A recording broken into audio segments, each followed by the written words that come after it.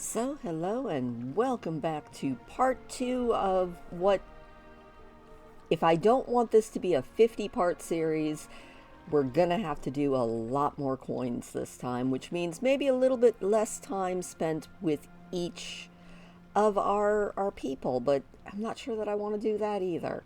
Anyway, welcome back.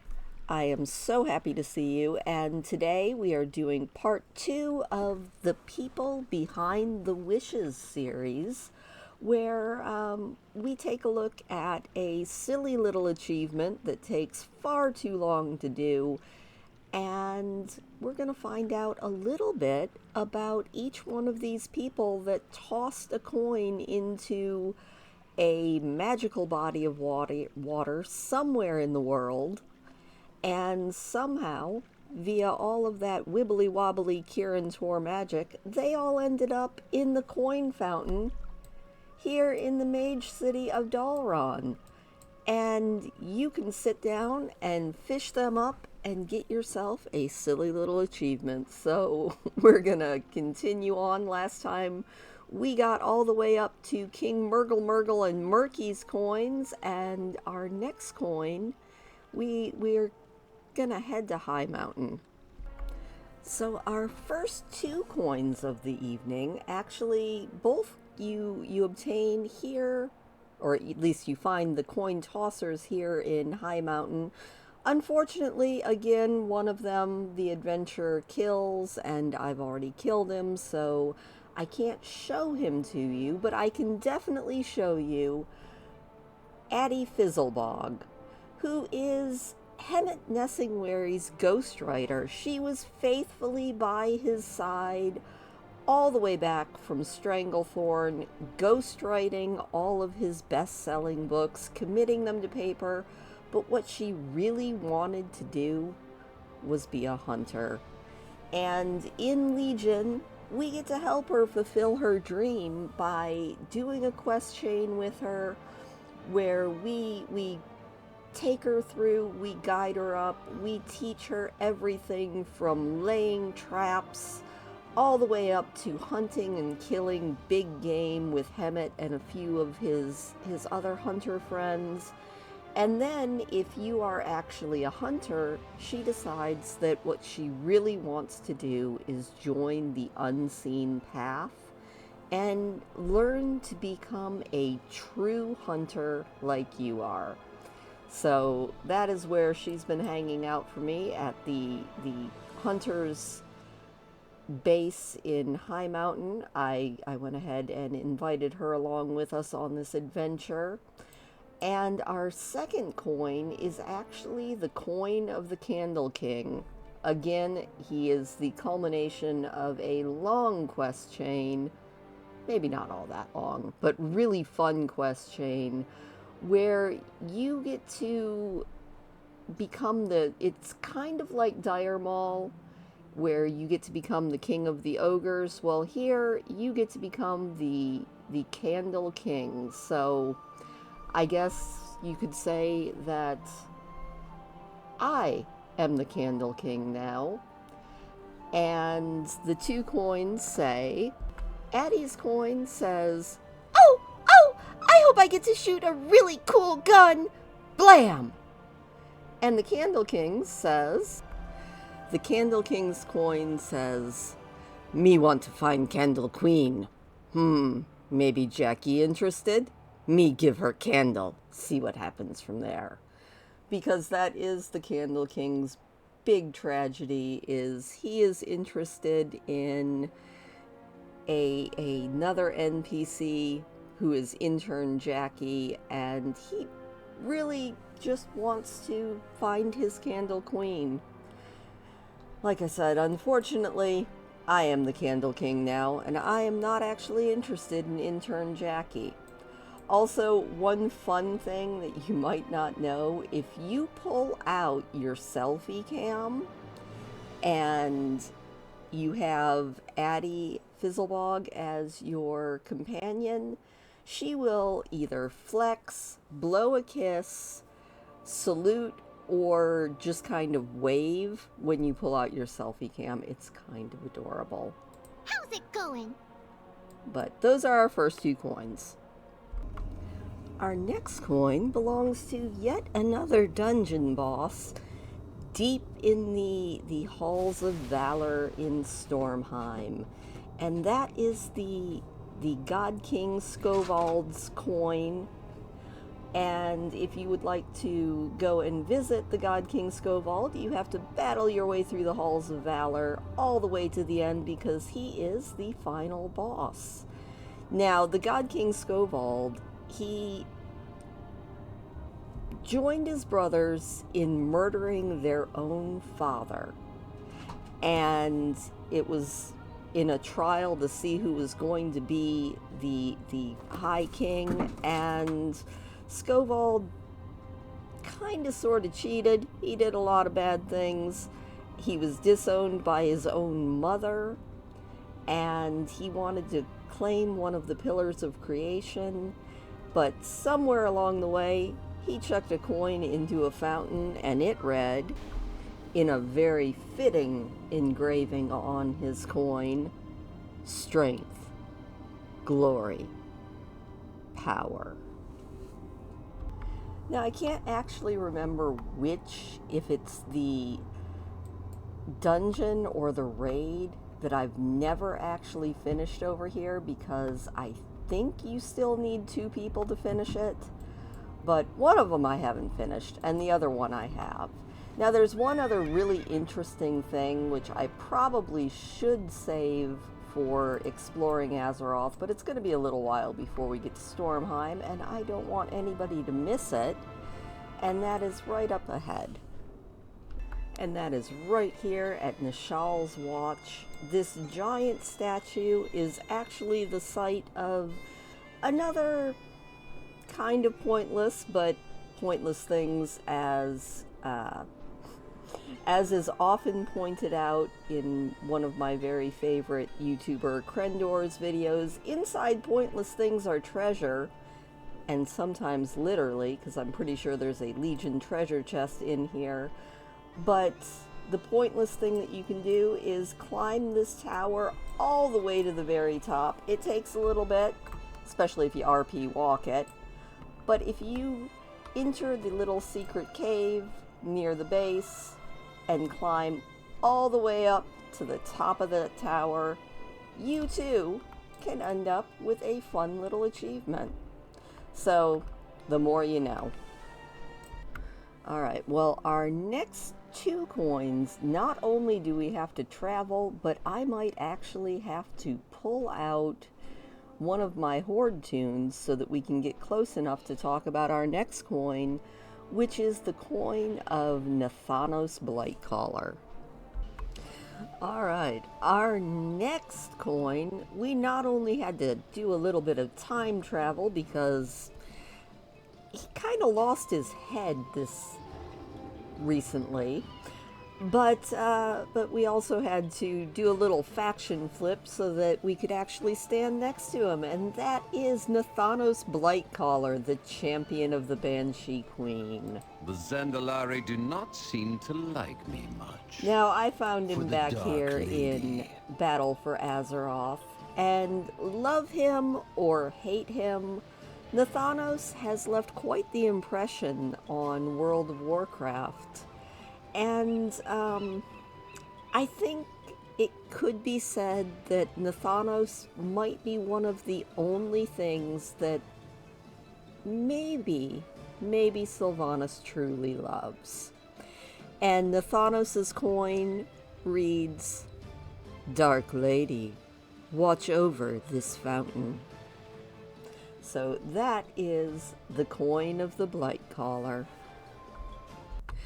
Our next coin is a little bit of a silly one, and honestly, I don't think I ever even knew who this guy was, probably because I've never done the Hive Mind Mount quest, which will have you actually getting something from this guy if you have the treasure-seeking item that makes him actually interactable. Otherwise, he's just a crazy murloc wearing a big old bulky backpack and a pith helmet who's randomly on top of this watchtower in the middle of the shimmering expanse in Vashir.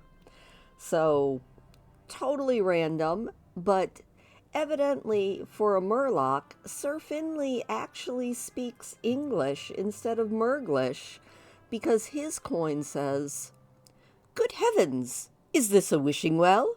How quaint." You can definitely tell that he would have a very posh accent because, of course, he's wearing a monocle. And anyone wearing a monocle has a posh accent.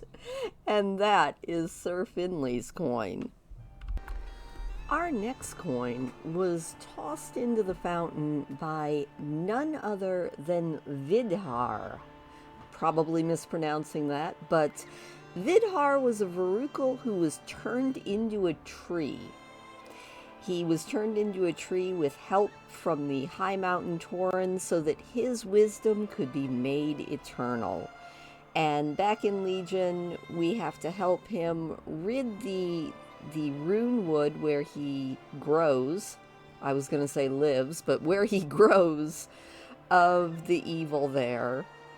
And it's kind of cool. I also found out, well, looking around and seeing what I could find out about Vidar here, that he was voiced by John Delancey, who was also the voice of Q from Star Trek The Next Generation. So that's cool. Let's see what he has to say. What is it you seek? Interesting. All in good time. I wonder if he gets I irritated. have missed good conversation. But yeah, I'm kind of afraid to poke him too many times, because I don't know if you know this, but if you poke NPCs in World of Warcraft too many times, they start to get just a little bit angry, which sometimes is hilarious and sometimes isn't. But his coin says, "Talking to adventurers is so tiring. A few decades of peace is all I ask."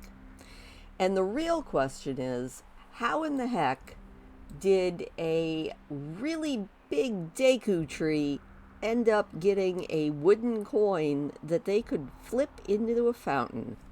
That's the real mystery in WoW. Our next two coins actually take us to Shalaran, where the first anarchist Thalisra, butchered that one too, Thalisra, tossed a coin in, and her coin reads, "May the downtrodden one day rise up and take the place of those who would oppress them." Now, first anarchist Thalisra is the Nightborn leader, and eventually she and her people end up joining the Horde after you help them get a new font of power to replace the Nightwell. She fought against Elisande and eventually became leader of the Nightborn at the end of Legion. But before she did, she tossed a coin in to the fountain, hoping that her rebellion would succeed. And the next coin, we don't have to go too far to get to, and that is Chief Telemancer Oculus coin. Now, he's a funny fellow. He thinks he's smarter than everybody else, and you know what? He actually might be. Now, Chief Telemancer Oculus, he is a Nightborn mage, portal trainer, repair vendor, and he is the one who sets up your portal network. As you can see, I don't have all the portals open here in Suramar, but I do have a few of them. But he maintains the portal network as long as you keep feeding him ancient mana until you end up growing the tree that will replace the Nightwell for them. But Chief Telemancer Oculus also has a very, very swanky workshop that you go and do a lot of questing in. It is a really cool place. You can actually go back there after you get him here into Shalaran, And it's a really cool place. I wish Blizzard would put some more stuff like that into the game. Unfortunately, I won't say unfortunately they don't, because I feel like lately they have been more and more. And Oculus, because he is a very smart fellow, Oculus coin that he tosses into the fountain is a vanishing coin. So obviously he tossed it in and it probably portaled itself right back into his purse, and his coin reads, "Oh, to have an apprentice that could keep up with me." So that are wow, I can't speak. Thaluricera and Oculus coins. Our next coin comes from Pearl Hunter Finn. It's a rather soggy coin, and he doesn't really speak very much English. In fact, his coin says Gluger. But Pearl Hunter Finn actually has a really cute and really sweet quest chain where you're basically helping him find love and gain the approval of his future in-laws. If you haven't done the quest, it is 100% worth it. It's a very cute quest chain with a very, very happy ending. And since our next coin was tossed in by another rather infamous fellow who is the final boss of the Night Hold, we will just make a few little comments about Gul'dan's coin. Gul'dan is the archenemy of all archenemies. He is the man who disenchanted King Varian Rin. He's a time traveler. He is a pretty nasty bad guy. And he also dropped a coin into the fountain. I guess the fountain doesn't have taste to say, I don't think I want your coin, Gul'dan. And very, very typically, Gul'dan's coin is short, sweet, and to the point. I just want all worlds to burn. Kind of fitting for Gul'dan's coin. Our next coin is dropped into the fountain by Alari the Soul Eater. Now, she's an interesting demon hunter who you meet for the first time in the Demon Hunter Starter Zone, and she is wielding the Scythe of Souls. She's the only demon hunter I've ever seen, other than players, that's using anything other than wargaves. And the Scythe of Souls is really interesting. She refers to it as an artifact, kind of like the artifact weapons that we wielded in Legion. And like the Shadow Priest artifact weapon, which turned out to be a little something called Xalatath, the Scythe of Souls is implied to be at least partially sentient and in partnership with Alari the Soul Eater, who, when she tossed a coin into the fountain, her coin reads, "Fish do not have souls. This is pointless." Straight and to the point. Gotta love it. Now, our next coin was also tossed in by a demon hunter who is sadly no longer among the living, so I'm going to stand near a night elf demon hunter who might have looked somewhat similar, and that is Cyana Nightgave. Now, Cyana Nightgave is a demon hunter who ended up fighting in Azuna, and she was captured, she was tortured, but she stayed true to the Illidari, and she actually helps the adventurer rescue Stellagosa. So, before all that, though, she must have tossed in a coin into the fountain. And Cyana's coin simply reads, "I wish I was stronger." But you know what? From what I remember of those quests, Cyana was pretty darn strong. She stayed true to Illidan and helped a whole lot, so rest in peace, Cyana Nightgave. We didn't have to go too far to find our next coin tosser, and that is Isal Whitemoon. Now, Isal, you first meet her again in Mardum. Later on, she becomes the flight master here at the Illidari stand in Azuna. She is also a Demon Hunter Hall class trainer in the Fellhammer.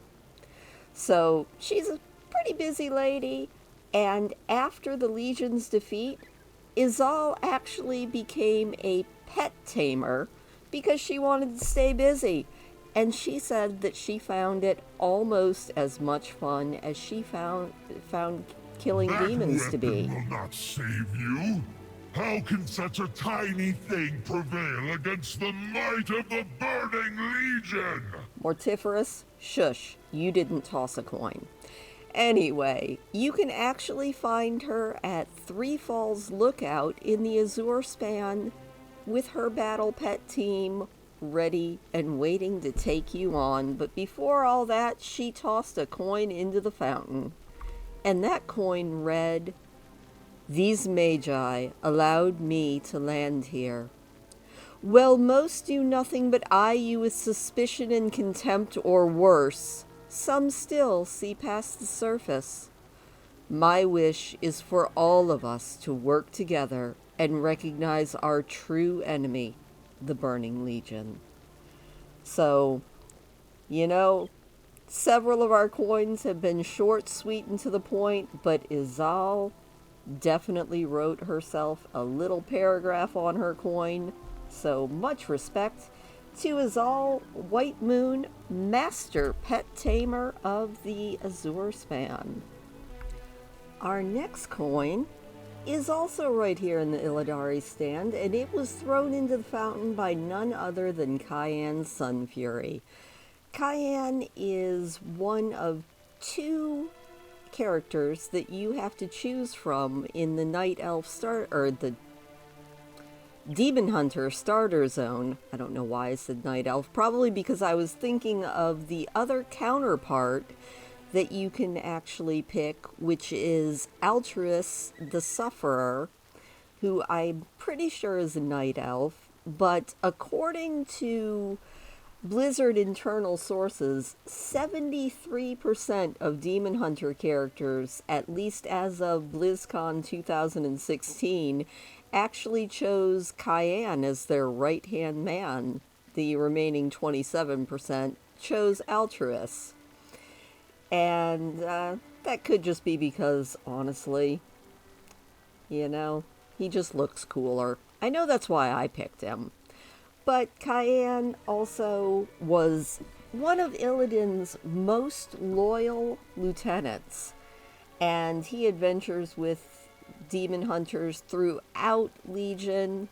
He's got a bunch of different attacks, and he's even been featured in Hearthstone, where his flavor text reads, "Armor and heals may slow my zeal, but felon gaves excite me."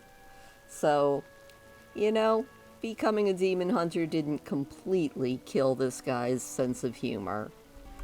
And Cayenne's coin that he tossed into the fountain wasn't quite on his sense of humor side, but it reads, "Strong leadership and clear vision are the only path to victory." So we salute you, Cayenne. Keep on keeping on. And before we leave here, we might as well talk about another coin that I can't show you who tossed it in because nobody knows who tossed it in. It is simply titled The Coin. And it might be referring to the One Ring, or it could also be referring to another Hearthstone coin. The Hearthstone card's flavor text is the same as the card's effect. So the coin simply reads, "Gain 1 mana crystal this turn only." And you and your world will soon Montiferous, perish. I'm gonna have to kill you. But yeah, I guess they had to throw one in there just for funsies. Our next coin was tossed into the fountain by none other than Lady Leadin. And, you know, her entry in Wowipedia is almost as long as the entries for Malfurion and Tyrande and Anduin. She's been around for a very, very long time. She is known as the Blood Knight Matriarch. She is the very first of the Blood Knights. And the Blood Knights came about because Liandrin, when she was a youngster, who knows how old, way back before Arthas marched on Silvermoon, she was actually a priestess. She was once a high priestess of the light, and she became extremely disillusioned with the light, and she lost her faith after the Scourge invaded Kel'Thalas. And so she became a fighter. And after she was done fighting and the elves lost the Sunwell, she actually volunteered to be one of, if not the first people that siphoned off of the Naru Ma'uru. And so she fed off of Ma'uru's magic until she became basically a blood elf paladin. A little bit on the tainted side. They were kind of taking the light from something that wasn't willing to give it, but with the cleansing of the Sunwell, she's actually gotten a much healthier relationship with the light again. But she is the matriarch of the Blood Elf Paladins. And her coin simply reads, "May the light bathe this land in all of its glory." So that is the coin of Lady Leadin. Our next coin was tossed into the fountain by Mr. I Am My Scars himself, Illidan Stormrage. I think at this point I don't really need to give you much backstory on Illidan. He is one of the more popular characters in World of Warcraft. The original edgelord. I actually love Illidan. But yeah, he tossed a coin in, and, you know, in keeping with his personality, Illidan's coin is also short, sweet, and to the point. Because, of course, Illidan does not waste words, and Illidan only wishes for an end to the Burning Legion. Do not sit idle. The Legion will stop at nothing to destroy our world. I figured we'd give him a few lines because I do love his voice. Our next coin was tossed into the fountain by none other than Trade Prince Jaster Gwix. Before I did this video, I never knew that he had a first name, so you learn something new every day. And Gwix was the leader of the Bilgewater Cartel. He was the leader of the Goblins of the Horde right up until the end of Battle for Azeroth, when he sided with Sylvanas and they decamped. He was demoted from the leader of the Goblins of the Horde, and his last known whereabouts were actually the Shadowlands. He was found in Myza's Oasis, where he seemed to be brokering negotiations with the Cartel XY. He's accompanied by some hired scoundrels, and even though he is no longer the official leader of the Bilgewater Cartel, he is not a modest person, as you can tell by the fact that he built himself an entire pleasure palace and had his own face carved into the mountains in Ajara. And he is still going by the name and title of Trade Prince. And his coin which is got the flavor text of Gwix's coin on a string, reads, "Yes! This way I can get my wish and keep my coin. Ha ha! Oh no, the string broke. Stupid fountain, give me my coin back." And that is Gwix's coin.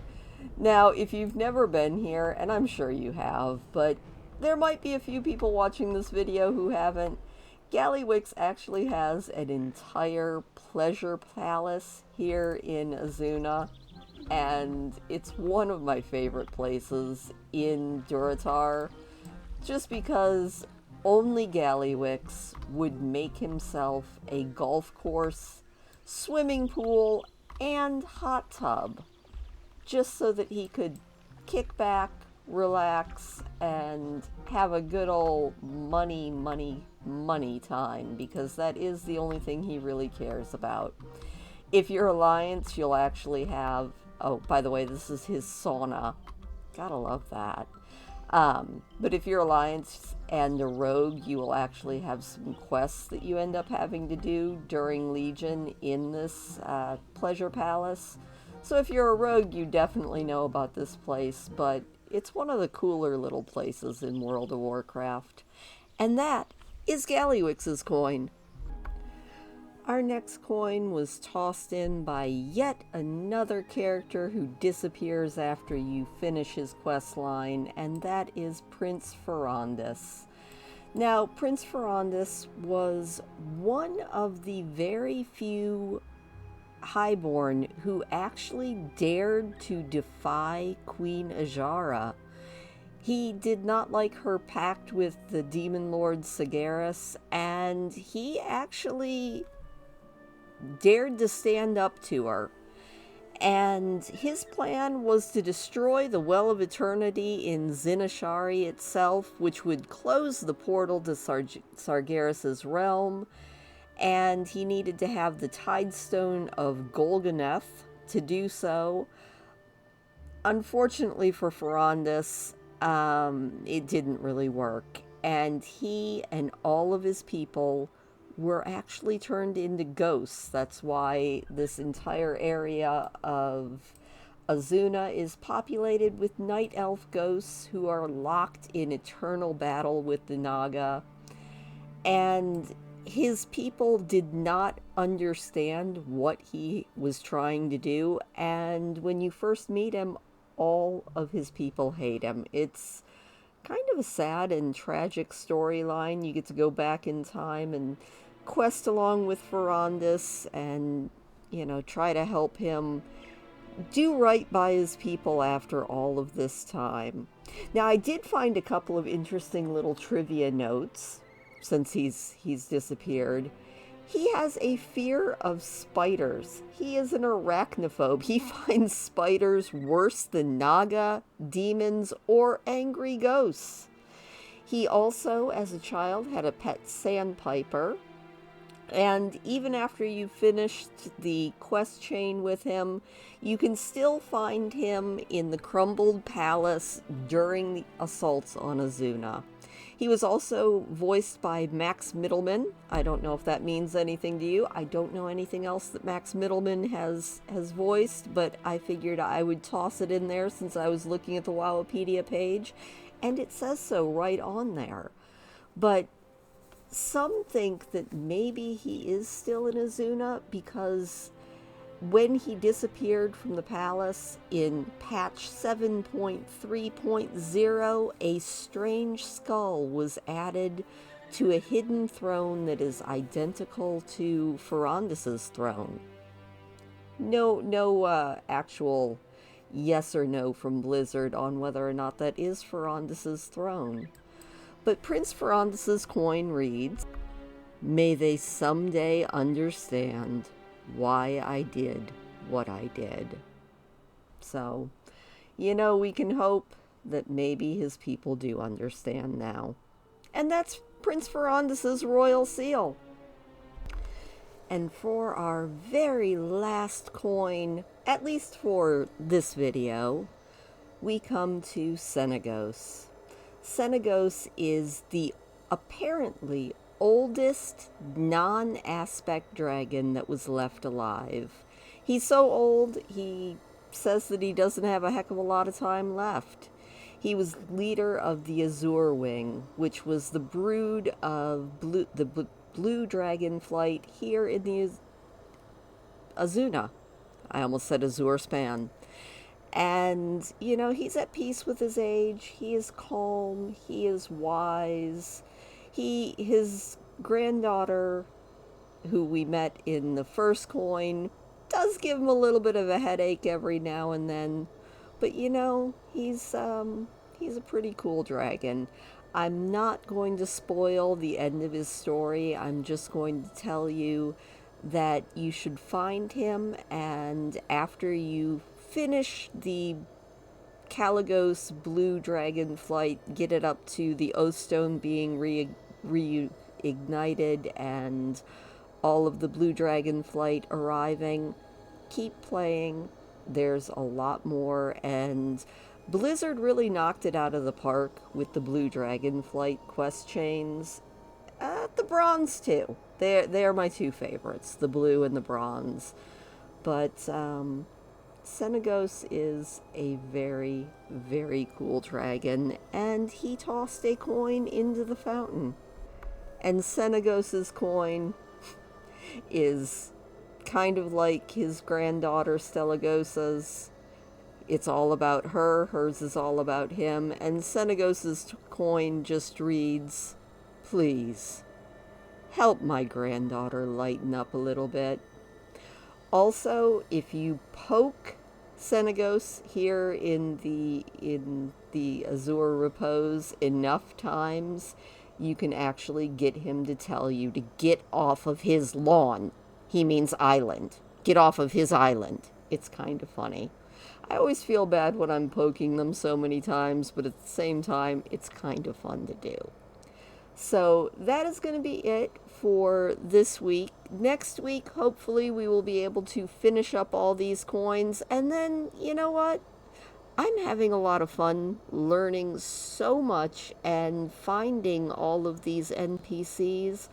I love all of the little lore tidbits that I'm learning. So let me know what you think about maybe doing this with the very first coin fountain thing, which happened in Northrend's version of Dalaran. And I've done that quest, or that achievement as well. But, you know, I wouldn't mind maybe learning a little bit more about those NPCs as well. Let me know what you think. Leave me a thumbs up if you don't mind. It does always make me smile, and believe it or not, these videos take a very long time to do.